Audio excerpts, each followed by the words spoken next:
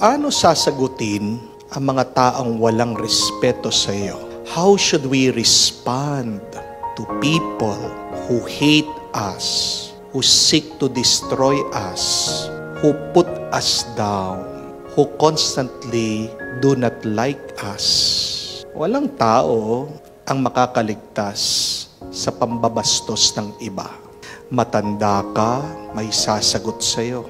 Matalino ka, may hindi makikinig sa'yo. Wala kang pinag-aralan, mamaliitin ka. Mabait ka naman, mamasamain ka. Wala kang ginagawa, gagawang ka ng kwento. So how do we respond to people who disrespect us?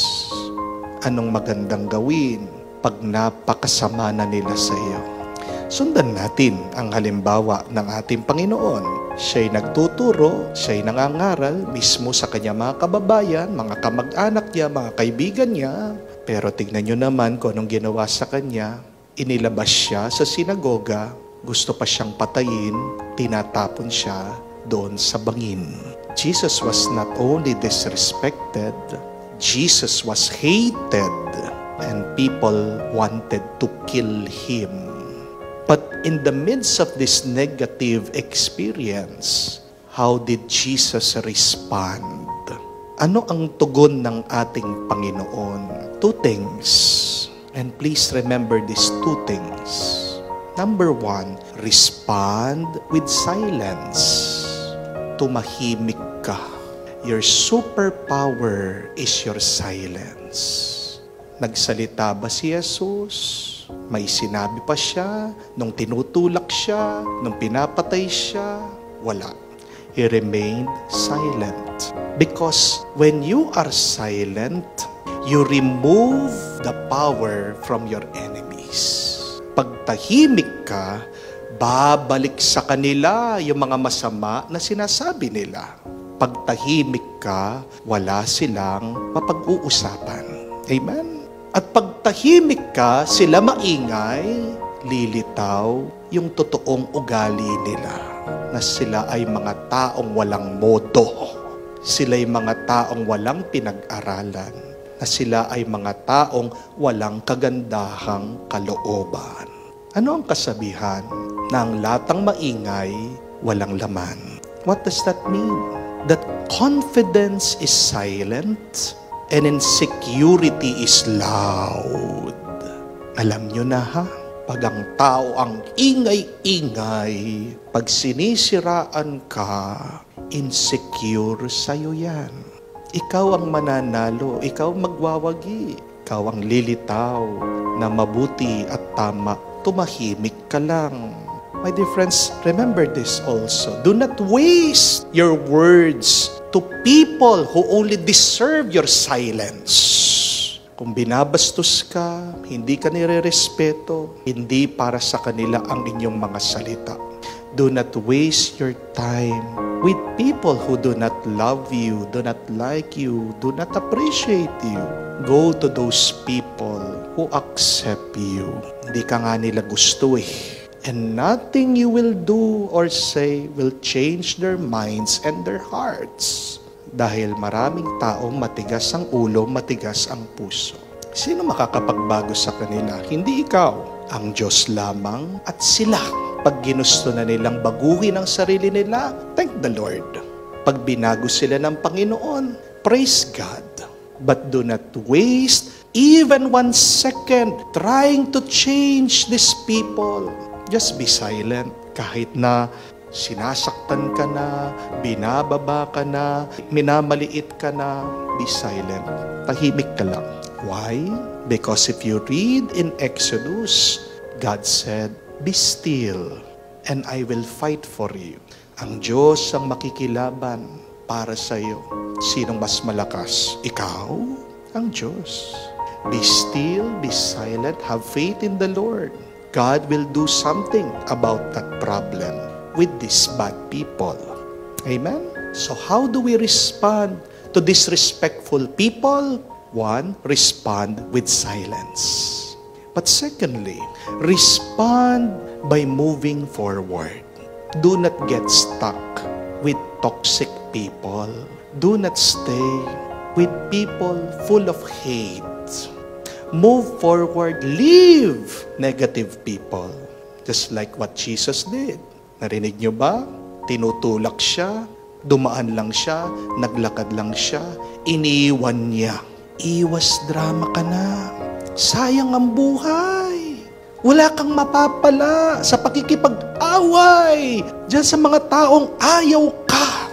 Kasi no matter what you do, they have made up their mind and heart. They do not like you. Go to people who love you because whether you are good or bad, because they love you, they will embrace you. They will accept you. Life is so short. Our time in this earth is just a little bit. Wala kang mapapala, wala kang makukuha sa pakikipag-argumento, pakikipag-away diyan sa mga taong yan. Read the Bible, read the good news. Yes, Jesus talks, argues with the Pharisees, with the scribes, yung mga taong ayaw ang ating Panginoon. But after nun, pag nakikita niya, matigas yung ulo, matigas yung puso, aalis ang ating Panginoon. He does not stay with them. He continues with His mission. My dear friends, there is a more important mission. Our mission here on earth is not to win arguments. Our mission here on earth is not to convince people. Our mission here on earth is not to prove that we are right and they are wrong. Anong mission natin dito sa mundo? Baka makalimutan niyo po. Dalawa. It is to glorify God. And second, it is to love others as we love ourselves. Iwanan niyo yung mga taong ayaw sa inyo. Walang pagmamahal na maibibigay yan. At kadalasan yung mga taong punong-puno ng galit at pagkamuhi, sila yung mga taong hindi rin nila matanggap at kayang mahalin ng kanilang sarili. How can they give you love if they don't love themselves? People who hurt you are people who are hurting. Unawain mo na lang yung mga taong yan. May problema yan, may pinagdadaanan yan. Tignan niyo po yung salitang influence. Doon sa gitna ng salitang influence is a word. Flu. F-L-U. Anong ibig sabihin ng flu? Sa Tagalog, lagnat. Sakit. So see, if you are in the presence of wrong people, you get the flu. Nakahawa ka doon sa kanilang sakit. Pick a good company. Choose good people. Surround yourself with loving, happy company para yung lagnat na makukuha mo, hindi nakakasama sa iyo, kung hindi nakakapagpabuti at nakakapagbanal. Amen? Are you in the wrong company? Are you surrounded by disrespectful people, abusive people, people full of hate? Please move forward. Please leave them. Choose to walk away. Choose your peace. Choose to be happy. Walang masama doon. Kasi pag depressed ka, pag malungkot ka, hindi ka makagagawa ng mabuti. Kasi pag affected ka sa ginagawa ng ibang tao, sayang yung sanang magagawa mo na makakatulong sana sa iba at makakapagbigay ng kapurihan sa Diyos. It's very difficult to be holy, to do good things when you're drowning in sadness and depression. Amen?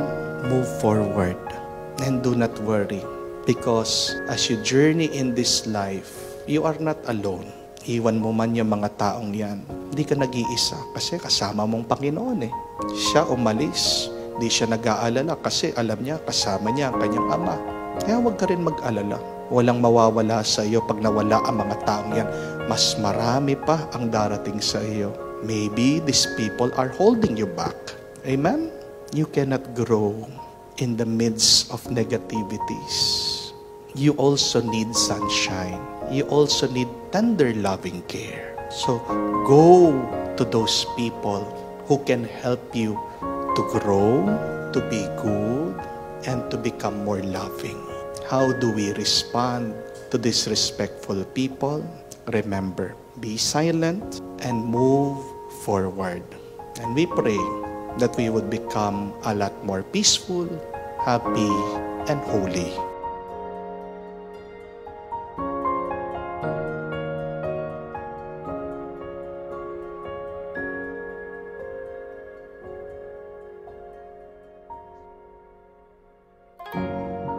If people don't like you, don't stay. Huwag mong pagpipilitan ang sarili mo sa mga taong ayaw sa iyo. Amen? Kung ayaw ka, umalis ka. At hindi masama yun. Kasi kung hindi ka aalis, mananatili ka at ipipilit mong sarili mo sa mga taong ayaw sa iyo, wala kang mabuting magagawa.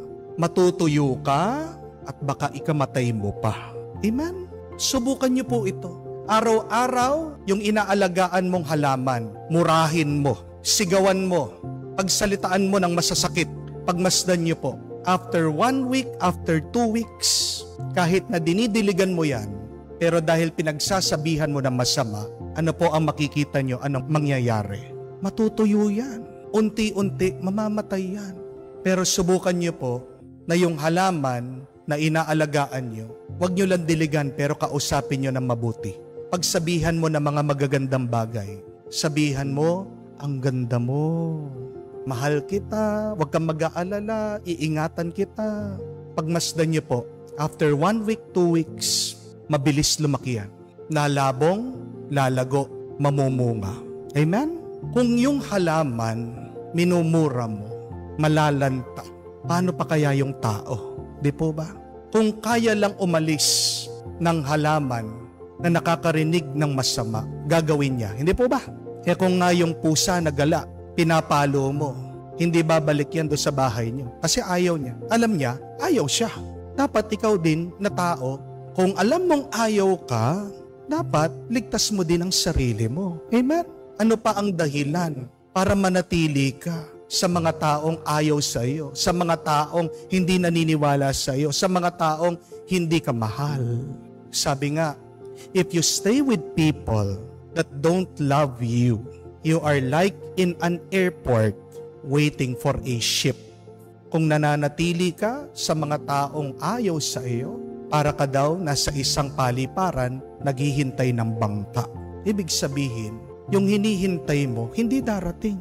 Kasi nga, hindi ibibigay sa iyo. Dahil ayaw ka, dahil hindi ka gusto, dahil hindi ka mahal. You don't have to stay. If you want, you can go. Just like the Lord. Ang ating Panginoon, inayawan din siya. Pinagsalitaan pa nga siya ng masama. Mismo ng mga kamag-anak niya pag uwi niya doon sa bayan niya. Minaliit siya. Ano ang epekto? Narinig din natin. Hindi daw siya nakagawa ng himala. Pero kahit na paano, nakapagpagaling. Pero nanatili ba siya? Pinilit ba niyang sarili niya? Hindi. Umalis siya. At pumunta siya doon sa mga taong nangangailangan sa kanya. Ganyan din sanang gawin natin. Kung ayaw ka, umalis ka. Pero, ito po yung tandaan nyo ha, kahit na lumayo ka, huwag kang titigil sa pagmamahal mo dun sa mga taong ayaw sa iyo. Kahit na umalis ka, huwag kang titigil na ipagdasal mo sila. Keeping your distance does not exempt you from loving them, from forgiving them, from praying for them. Hindi ko sinasabi na umalis ka at magtanim ka ng sama ng loob sa mga taong yon. Hindi ko sinasabing umalis ka at magkinkim ka ng galit sa iyong puso. Ang sinasabi ko lang, lumayo ka kasi hindi nakakatulong sa iyo yung pananatili mo sa mga taong ayaw sa iyo. Ayaw ka nga eh. At pag ayaw ka, wala kang magagawang himala kamukha ng ating Panginoon. Isa pang pero, bago ka umalis, siguraduhin mo, ito gawin mo. Subukan mong maging mabait at mabuti sa mga taong ito. Sabi nga, kill them with your kindness. Amen? And if kindness does not work, what should you do? Be more kind. Hindi lang yung maging mabait ka, maging mabuti ka. Subukan mo pa rin magmahal, magpatawad. Do your best. And then, if your best is not enough, Ask the Lord for His grace. Do your best once again, but put a limit on it. Baka maubos ka. Ikaw ang kawawa. Amen? And the Lord understands. Because remember, there are other people who needs your goodness. Meron pa mga ibang tao na matutulungan mo. Meron pa mga ibang tao na nangangailangan sa iyo. Hindi lang ang mga taong yan. Tandaan niyo po yun. Sino man yan na may ayaw sa iyo, biyenan mo man yan, asawa mo man yan, yung anak mo na nagrebelde, mga katrabaho mo, kapitbahay mo, o mga kasama mo man nagsaserve sa church, sino man yan, kung ayaw ka, ginawa mo na ang lahat, kailangan mo tanggapin na hanggang dun na lang. Umalis ka, lumayo ka, pero pagdasal mo pa rin sila. You can love at a distance. Pero bakit lumayo ka? Hindi dahil wala kang pakialam sa kanila.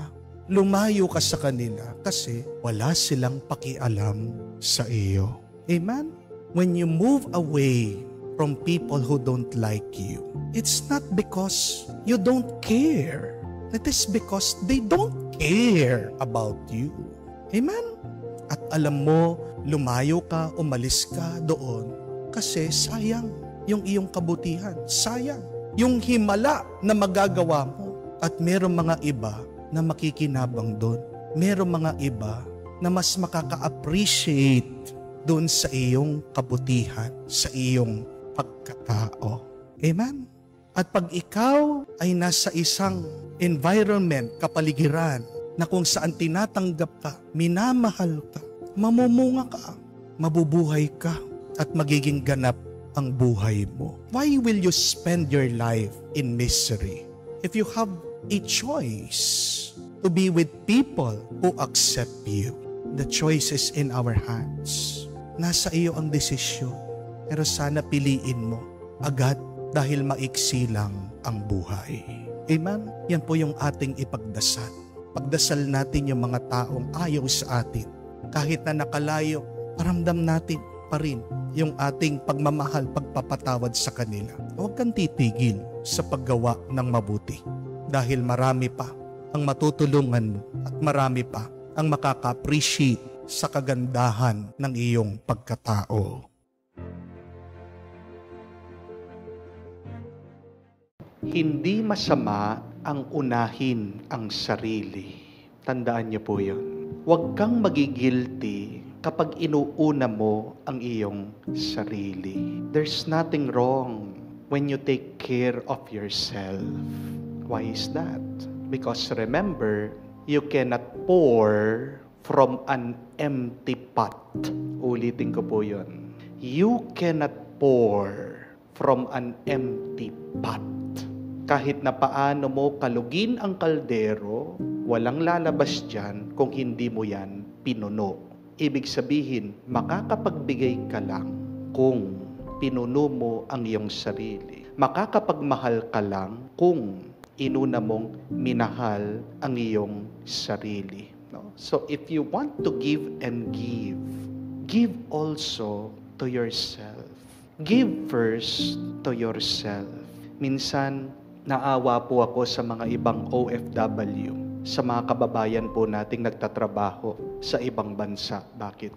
Kasi marami sa kanila, tinitiis, kumakain lang na skyflakes, ng sardinas, tinitiis, hindi masyadong maging magastos sa pagkain para mas madami yung perang mapadala dito sa bansa, dito sa Pilipinas. Hindi po ba? Habang sila nagugutom, yung pamilya nila, nagbo-buffet, nagsasamji, palagi milk tea, palagi kumakain sa labas. Naawa ako sa mga iba, tinitiis yung cellphone nilang sira-sira. Habang dito naman sa Pilipinas, yung pamilya nila naka-iPhone. Yung mga bata palagi ML, Mobile Legend. Nakakaawa na itong mga kababayan po natin, nag-overtime, kayod ng kayod. Nasaan yung pamilya nila dito sa Pilipinas? Nakukuha pang maglakwatsa, nakukuha pang magbakasyon. Tinitiis na hindi bumili ng bagong damit. Habang yung mga pamilya nila gusto branded, original yung kanilang sapatos. Meron tayong mga ibang kababayan sa abroad, tinitiis, makipagsiksikan, matulog, makisama sa mga kwarto. Ang dami-dami nila doon. Habang dito sa Pilipinas, ang luwang-luwang ng kwarto, naka-aircon pa. Alam niyo po, kung mahal mo ang pamilya mo, walang masama na unahin mong mahalin ang iyong sarili. Dahil yan yung sinasabi ng ating ebanghelyo tungkol dito sa mga dalaga na matatalino at medyo may katangahan. Pasensya na po for the word. The wise and the foolish. Dito sa mga marurunong at mga mangmang. Bakit hindi po sila marunong? Bakit mangmang itong mga dalaga? Kasi nagdala sila ng lampara, walang langis. Parang pumunta ka sa gera, meron kang baril, wala kang bala. Yung mga matatalino, pumunta doon sa handaan, alam nila, gagabihin, nagdala sila ng lampara, nagdala sila ng langis. Humihingi ngayon, itong mga walang dala. Sabi nila, hindi namin kayo pwedeng bigyan. Kasi pag binigyan namin kayo, tayong lahat magiging kawawa. Tingnan niyo po yun. May katotohanan yung sinasabi niya. Tandaan mo, kung magbibigay ka ng magbibigay, baka kaubusan ka. Bandang huli, kayong lahat kawawa. Di po ba?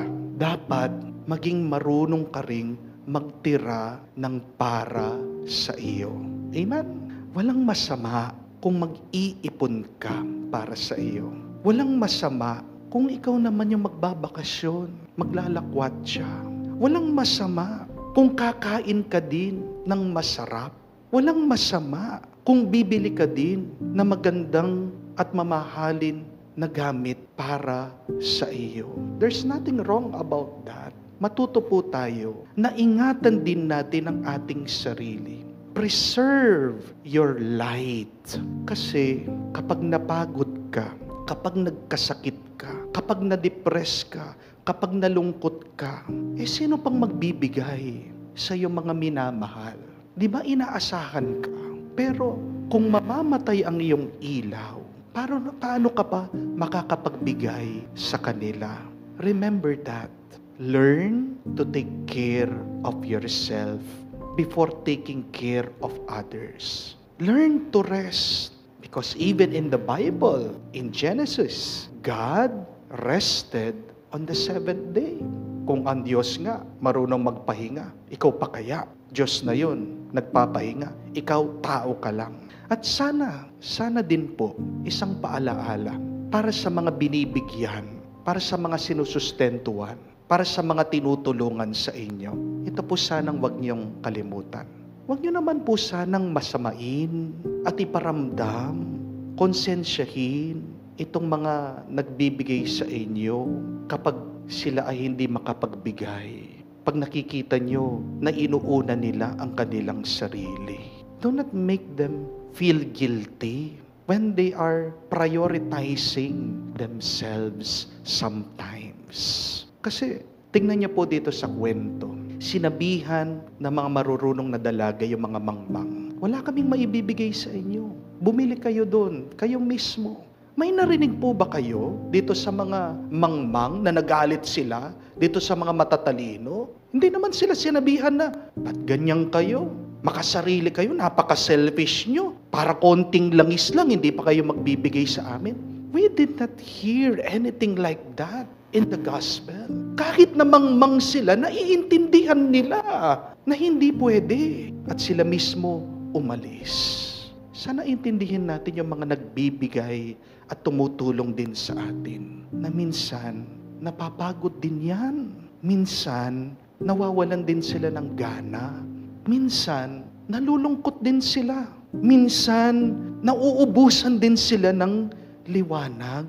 Kaya kung makikita mo na nag-i-enjoy siya, nagre-relax, inuuna yung kanyang sarili, sana maging masaya ka din para sa kanya. Dahil deserve din ng mga tumutulong at nagbibigay na maging masaya din sila.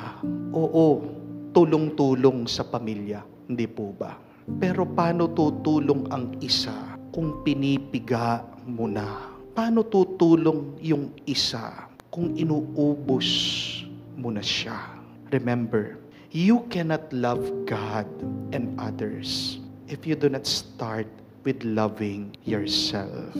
Kapag mahal mo ang iyong sarili, kapag nag-iipon ka ng lakas ulit, para saan ito? Hindi lang para sa iyo. Ginagawa mo ito dahil gusto mong ipagpatuloy ang pagmamahal mo, ang paglilingkod mo sa Diyos at sa iyong mga minamahal.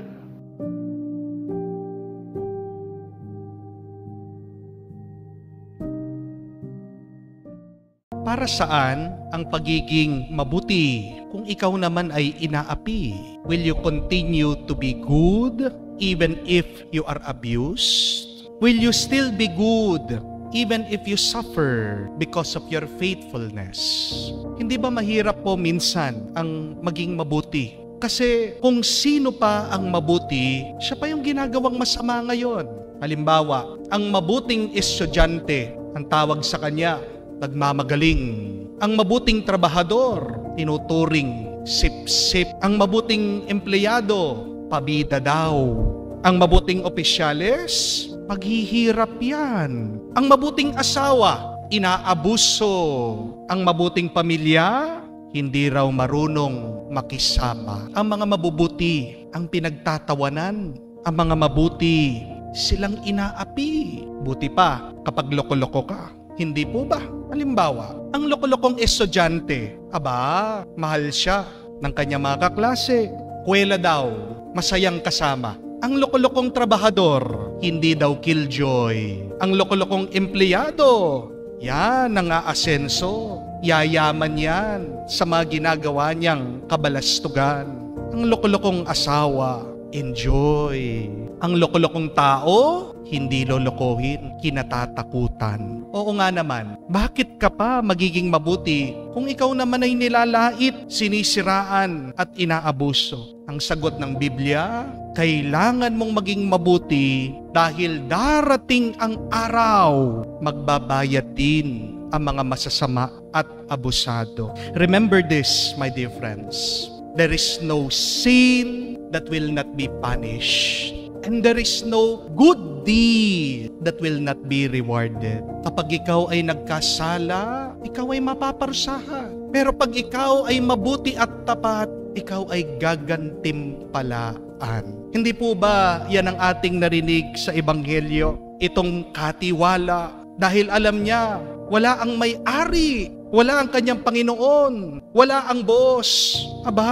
Ginawa niya yung gusto niya. Naging abusado. Kumain, nakipag-inuman, at inabuso, sinaktan ang kanyang mga kasama. Lumitaw ang totoong ugali niya dahil wala ang nagbabantay, wala ang Panginoon nila. Pero nang sabi ng ating Panginoon, darating ang may-ari sa oras na hindi niya inaasahan. At dadatnan siya, makikita ang kasamaan na ginawa niya. At dahil dito, siya'y mapaparusahan. Pero kung darating ang may-ari, makikita niya ang kanyang mga katiwala ay tapat, napakalaking gantimpala. Ibibigay daw niya ang lahat ng kanyang ari-arian sa mga mabubuti at tapat.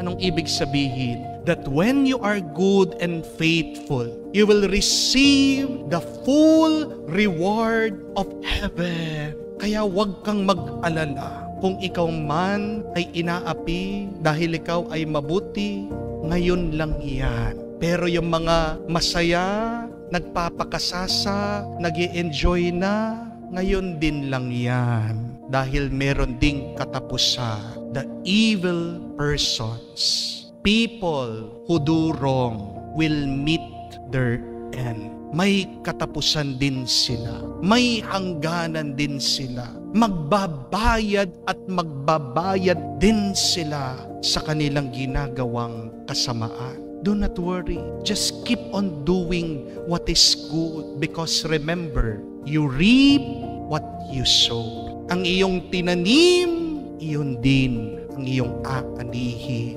maririnig din po natin sa Biblia, those who sow in tears will reap in rejoicing. Ang mga nagtatanim na may luha, may lungkot pagdating ng araw, aani sila na may tuwa, na may gala. Meron po akong isang kakilala. Sabi po niya, masakit ang kanyang loob sa kanyang mga magulang. Dahil mag-umpisa po nung maliit siya hanggang pagtanda, very obedient, sumusunod sa kanyang mga magulang. Ginagawa niya lahat ng gusto ng kanyang mga magulang. Gusto po niyang mag-teacher, sabi ng kanyang magulang, hindi, mag-commerce ka. Walang pera sa pagtiteacher. Hindi po niya sinundan yung kanyang panaginip para sa kanyang mga magulang. At nung pong siya'y nakapagtrabaho, lahat po ng kanyang sweldo, binibigay niya sa kanyang mga magulang. Pero ang kinakasakit po niya na loob, mas favorite, mas gusto, mas pinagbibigyan yung kapatid niya. Ito ngang kapatid niya, kapag ayaw mag-aral, pinapabayaan lang. Kung anong gusto, binibigay. Kahit na hindi siya magbigay, okay lang. Love na love siya. Kaya nga po, napakasakit para dito sa kanyang kapatid. Tapat naman ako. Mabuti naman ako. Bakit hindi ako minamahal? Bakit hindi ako pinagbibigyan? Pero alam niya po, ang hindi niya alam, yung blessing nung kanyang buhay. Dahil kung ikukumpara niya po yung dalawa, oo, maaaring hindi siya pinagbigyan, maaaring hindi niya naramdaman yung pagmamahal ng mga magulang, pero tignan niyo po yung buhay ng pamilya niya, nakatapos yung kanyang mga anak. Okay na, yung buhay niya, nagmamahalan sila, walang may sakit sa kanila. Habang ito namang kapatid niya, ang daming sakit. Palagi niyang inaaway yung kanyang asawa. Babaero eh. Palagi niyang inaaway yung kanyang mga anak. Lasenggo eh. Nagkatroma yung mga bata. Ayaw nananatili sa bahay. Pag nandyan yung tatay, umaalis. Ang tanong po, sino ang tunay na pinalad? Sino ang tunay na pinagpala sa kanila? Yes, in the beginning, there was pain and suffering because of the goodness and faithfulness. And yet see, there is a reward for that. Oo, maaring masaya dahil sa bisyo, dahil sa luho, dahil sa kasalanan. Pero tignan niyo po, inaani na yung pagiging pasaway. Tandaan po natin ito. There is no sin that will not be punished, but there are no good deeds that will not be rewarded. Maaring ikaw ay nakakaranas ng pang-aapi dahil sa iyong pagiging mabuti. Pero tandaan mo ito, alam ng Diyos, nakikita lahat ng Diyos, at huwag kang mag-alala, ibibigay din niya ang gantimpala ng langit sa mga mabubuti at tapat.